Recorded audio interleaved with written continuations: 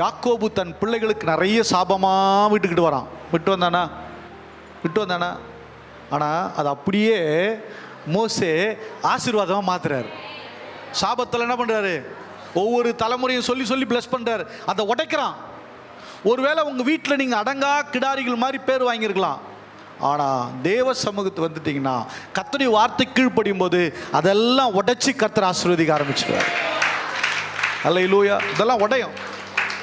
God's plan எப்படி உங்கள் பெற்றோர்கிட்ட வேலை செய்யுதுன்னு சொல்கிறேன்னா, மனோவாவும் அவருடைய மனைவியும் கடவுளுக்கு பயந்தவங்க.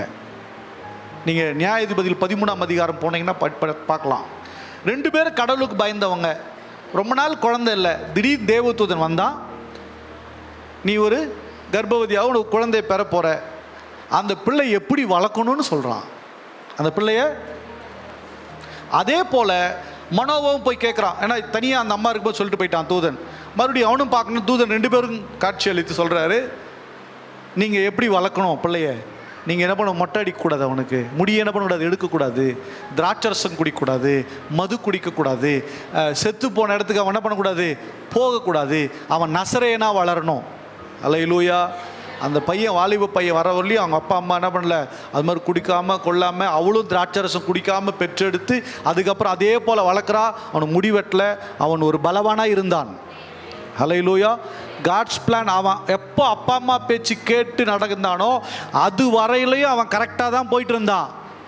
எப்போ அப்பா அம்மாவை விட்டு தனியாக அவன் இஷ்டத்துக்கு போனானோ அப்போயே அவனுக்கு கொஞ்ச நாளில் மட்டம் வச்சிட்டாங்க அவனை.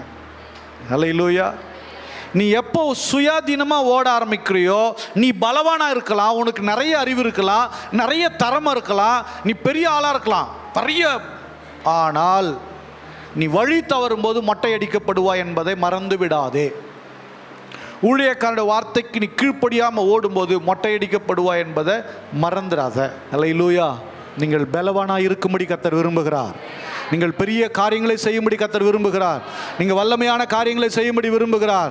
சத்துருவின் அதிகாரங்களை உடைக்கும்படி கர்த்தர் உங்கள் பேரில் ஒரு திட்டம் வச்சிருக்கிறார்.